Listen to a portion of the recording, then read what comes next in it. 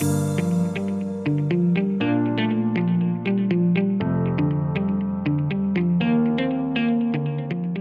Alldus podcast is brought to you by Alldus International, supplying your expert AI and digital transformation staffing needs across the US and Europe. Today, you are listening to our AI in Action series, where leading minds in AI from across the world share their story, success, and advice. AI in Action cuts through the hype and explores the true impact of artificial intelligence in our world today.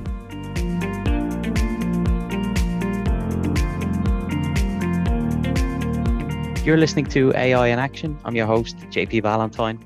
Our guests today are Wilson Lee and Nick Hobbs from the Trevor Project. Guys, welcome to the show. Hey, thanks for having us. Thank you.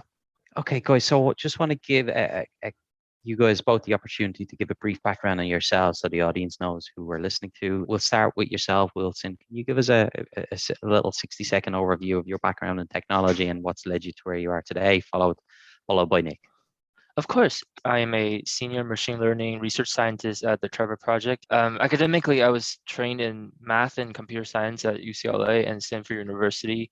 I joined the Trevor Project back in 2019. Prior to that, I was the lead engineer at a number of successful tech startups, mostly in New York and in California. Primarily, I am very interested in scaling physical system with AI and tech solutions, scaling the impact of these systems, and that has largely informed all the work that I've done at Trevor over the past almost 3 years.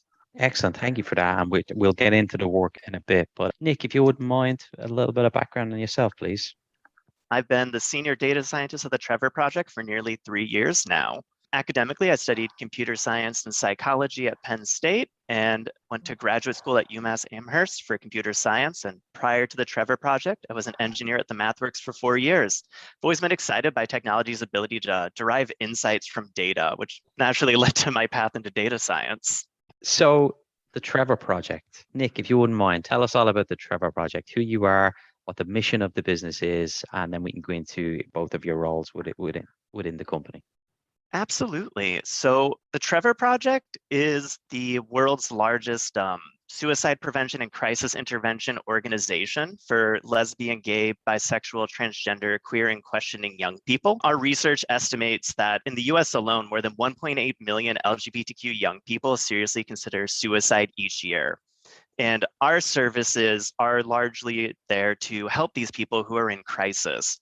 We offer digital services, text, and even telephone calls in case someone wants to talk to someone.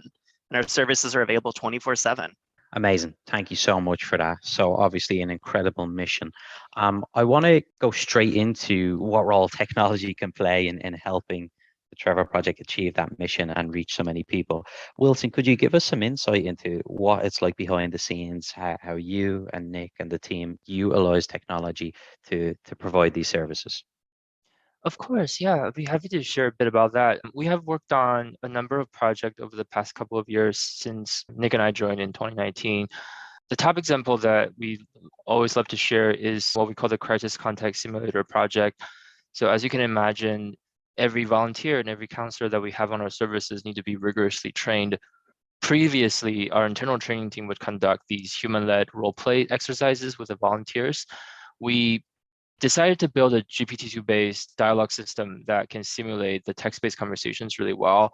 So after a lot of optimization both on automated metrics and human evaluation metrics, we were able to put it online, and the project has been very successful, has been able to allow us to train over 1,000 volunteers and triple our overall counselor base now to over 1,000 counselors. And a couple of other projects that we've also worked on in the past is on our Trevor Project has a safe space network called Trevor Space that allows LGBTQ young people to talk to each other and have a form of safe space.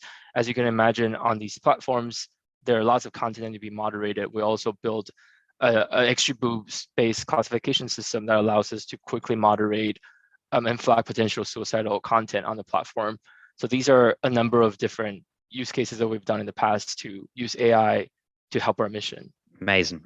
Nick, come on back to you. Can you walk us through some of the day-to-day tasks that you and the data team are working on? What's a typical project? What's the life cycle of the project? And what's the dynamic of the team? Help us visualize what it's like behind the scenes. Yeah, absolutely. I think maybe the best way to do that is to jump between the different projects here that Wilson just mentioned. Yeah. Maybe starting with the Trevor Space project. Part of doing this work always means cleaning and figuring out how do we structure this data in a way that's going to let us actually do the machine learning project. And interestingly, for the Trevor Space auto moderation tool, quick background is just that the tool was designed to try to flag potential suicidal content for human moderator review. One of the most challenging parts of that was actually getting that data into a format that we could actually do this analysis. So the data that we were given was largely set up to power the website. It wasn't designed for trying to get this machine learning algorithm out the door. One part of our day-to-day task is always just really trying to make sure that we're able to do these projects to begin with, getting that data organized, splitting it between training, test, and evaluation sets, making sure that the project can be achieved with the data we actually have. Building on that, there's always the modeling part too. So whether we're training a classifier or something else, there's a lot of questions around what type of model do we use? How do we assess the results? How do we make sure that we're building a tool that's actually going to be useful and that's really driven by the intention of what we want to build? So, long story short here, our day-to-day is really getting these ML systems up and making sure they have the impact that we want it to actually have.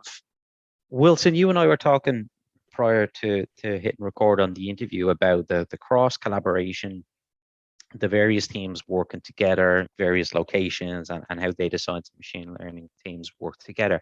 Can you give us some insight into what that looks like day to day, how you and Nick collaborate and the broader teams?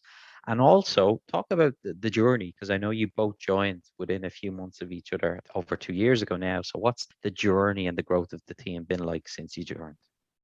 Yeah, of course. I'll be happy to talk about that. We've definitely grown quite a bit in ways that no one really expected. Nick and I specifically were hired as part of the 2019 Google AI Impact Challenge, where the Trevor Project, a multi-million-dollar grant from Google to do impactful AI work. Initial hire were just the two of us, including another fellow engineer on our team. And our team has grown from a team of 3 or 4 to now over 30, 40 people cross-functionally across all the typical verticals that you can imagine existing in a functional tech organization, including product management and UX and software engineering team and testing and working in conjunction with data analysts from other verticals. That we definitely work very cross-functionally across the organization. Day-to-day wise, Nick and I also work very specifically with the rest of the organization in thinking about generalized knowledge about LGBTQ young people that's beyond our system. So we work very closely with our internal research team that focus on research and thinking about, we specifically think a lot about how LGBTQ young people uniquely use languages, how they talk differently and speak differently, and how the different themes and different structure and syntax, that can really further power our work in NLP.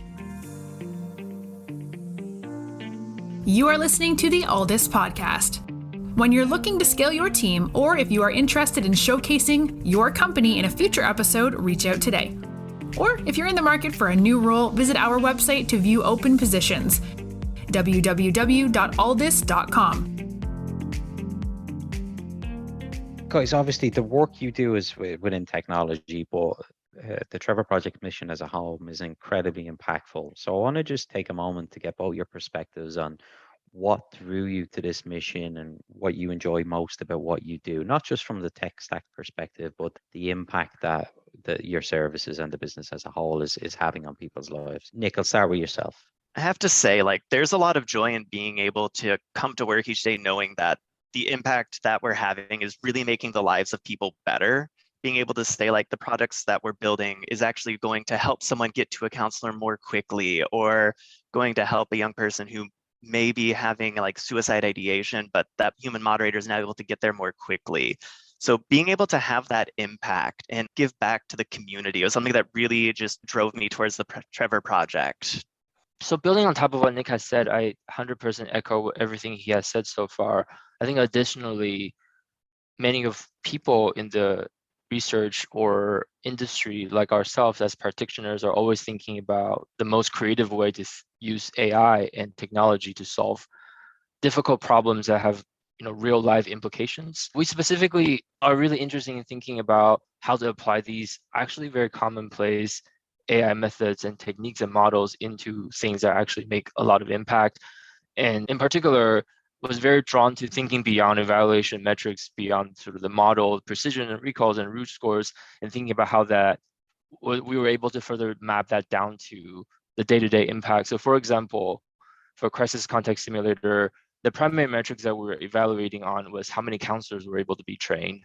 For some of the classification projects that we worked on, it was more about how much time we can save the human staff. Thinking about downstream, how many young people we were able to serve and help. We're also thinking a lot about how much we can help our staff have an easier time and how to help the organization build the biggest and most robust and most impactful counselor base that we can possibly have.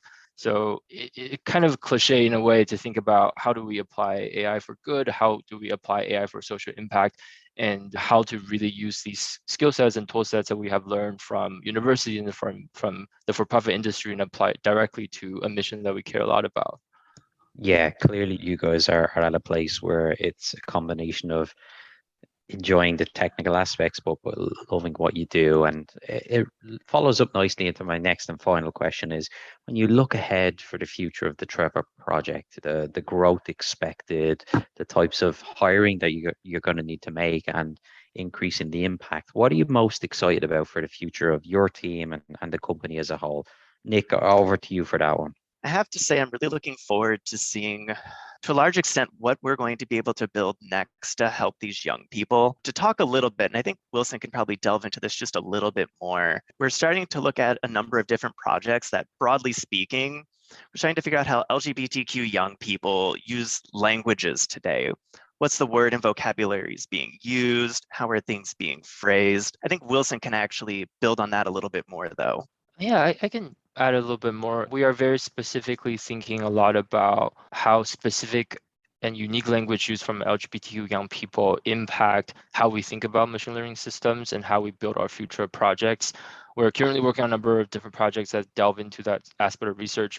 The Trevor Project specifically also recently announced super exciting international expansion to Mexico. This will be our first time being able to serve young people overseas in the same way.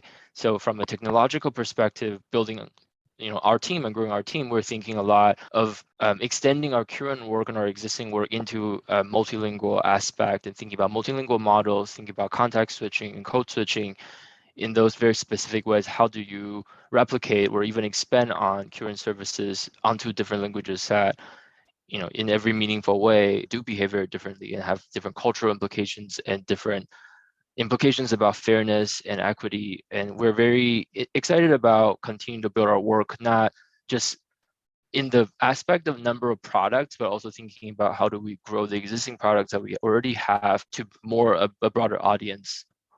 Nick, Wilson, thank you both so much for coming on today. I really appreciate you sharing with us the amazing work that you're doing at the Trevor Project. It's great to hear about any use case of AI and data science for good. There's always talk of AI for good. It doesn't get much better than this. So we're really appreciative of the work that you do. We wish you, the team, and everyone at the Trevor Project the best of luck in the years ahead. The work you do is so important. Thank you so much, and thanks for having us. Thank you.